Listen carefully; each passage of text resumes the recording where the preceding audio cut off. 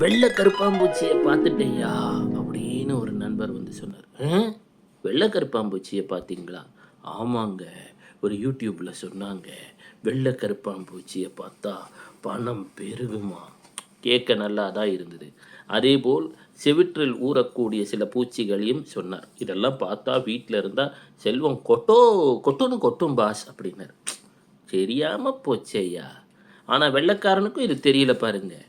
அமெரிக்காவில் கூகுள் அப்படின்னு நிறுவனம் ப்ராஜெக்ட் டீபக் அப்படின்னா வாழக்கூடிய இடத்துல தேவையற்ற பூச்சிகளை அகற்றிவிட்டு தூய்மையாக வைத்துக்கொள்வது எப்படின்னுட்டு.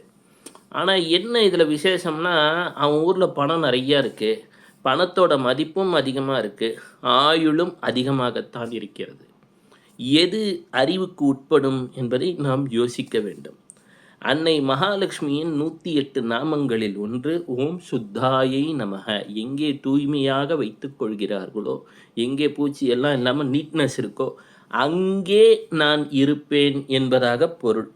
ஓம் ஸ்ரத்தாயை நமக. யார் லைஃப்பில் ஃபோக்கஸ்டாக இருக்கானோ, யார் வீட்டை தூய்மையாக வைத்திருக்கிறானோ, அங்கேதான் மகாலட்சுமியின் அருள் கடாட்சம் இருக்கும்.